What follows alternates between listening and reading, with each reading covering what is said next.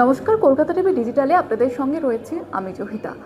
সোনার দামের ওঠা পড়া সেটা কিন্তু অব্যাহত রয়েছে এবং বেশ কয়েকদিন ধরে সোনার দামের পতনের পর ফের ঊর্ধ্বমুখী সোনার দাম।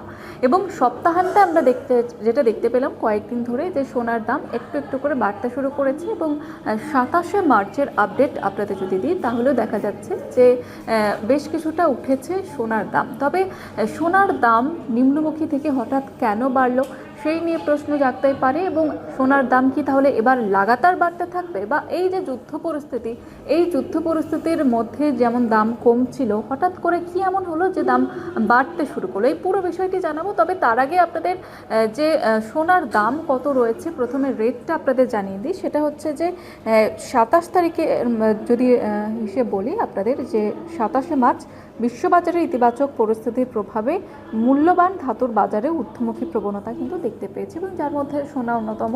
সে কারণে সোনার দামেও অনেকটাই বৃদ্ধি পেয়েছে।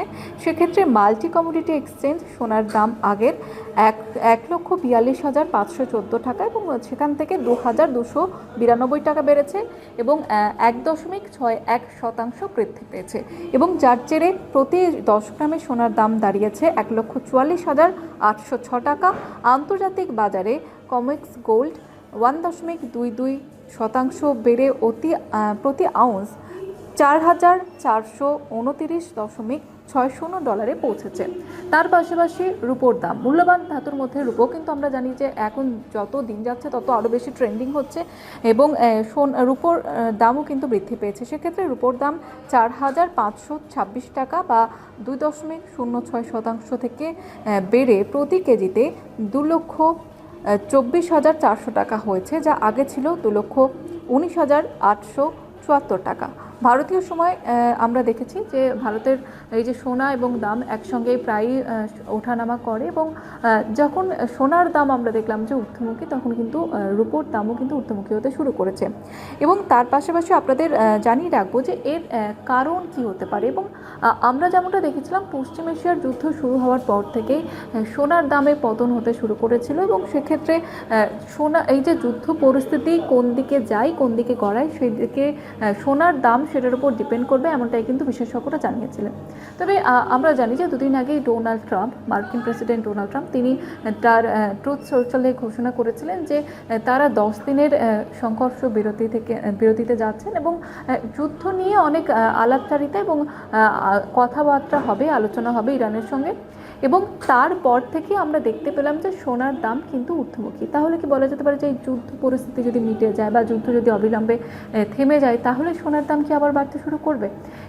এমনটাই কিন্তু প্রশ্ন তুলছেন বিশেষজ্ঞরা। এবং সবথেকে বড় কথা যে সোনা রূপার দাম বেশ চড়া অবস্থায় শুরু হয়েছে আমরা দেখেছি যে 2026-এর শুরু থেকে, এবং সেখানে বিশেষ করে মার্কিন প্রেসিডেন্ট ডোনাল্ড ট্রাম্প ইরানের সঙ্গে আলোচনায় অগ্রগতির ইঙ্গিত দেওয়া এবং জ্বালানি পরিকাঠামোয় 10 দিনের জন্য হামলা স্থগিত রাখার কথা ঘোষণা করেছেন এবং তারপরে আমরা দেখতে পাচ্ছি যে সোনার দাম ঊর্ধ্বমুখী শুরু করেছে। এবং ভবিষ্যতে এই ধাতুর কী রকম মূল্য হবে সোনা এবং রূপোর, সেদিকেও কিন্তু নজর রয়েছে সকলের। কারণ MCX-এ 2026 সালের মে মাসে সরবরাহের জন্য রূপোর ফিউচার মূল্য 5,114 টাকা বা 2.3% বেড়ে প্রতি কেজিতে বেশ অনেকটাই বাড়ছে এমনটাই জানা যাচ্ছে এবং 2,25,014 টাকায় পৌঁছেছে। একই সঙ্গে 2026 সালের এপ্রিল মাসে সরবরাহের জন্য সোনার ফিউচার মূল্য 1,500 টাকা বা 1% বেড়ে প্রতি 10 গ্রামে 1,40,900 টাকা হয়েছে। এখনও পর্যন্ত এইরকমই ট্রেন্ডিং চলছে এবং সেখান থেকেই অর্থনীতিবিদরা এবং বিশেষজ্ঞরা এই দাম নির্ধারিত করেছেন। এবং তার পাশাপাশি আন্তর্জাতিক ক্ষেত্রে যে অস্থিরতা, ইরান ইসরায়েল আমেরিকার যুদ্ধ, এই আবহে সামগ্রিকভাবেই সোনার বাজারে ঘোর অস্থিরতা কিন্তু জারি করেছে। এবং আমরা যেমনটা দেখছিলাম যে সোনার দাম কেবলই বেড়ে যাচ্ছে, তবে যুদ্ধ শুরু হওয়ার পর থেকে সোনার দাম কখনো বাড়ছে কখনো উঠছে, এই পরিস্থিতি ছিল। এবং যে পরিস্থিতি তৈরি হয়েছে পশ্চিম এশিয়ায় ইরান এবং ইসরায়েলের যুদ্ধের ফলে তেল সরবরাহ কেন্দ্রগুলি ক্ষতিগ্রস্ত হওয়ার আশঙ্কায় গ্যাস এবং তেলের দাম আকাশচুম্বী হচ্ছে। এর বিপরীতে শেয়ার বাজার এবং রূপো এবং সোনার দাম ব্যাপকভাবে হ্রাস পাচ্ছে।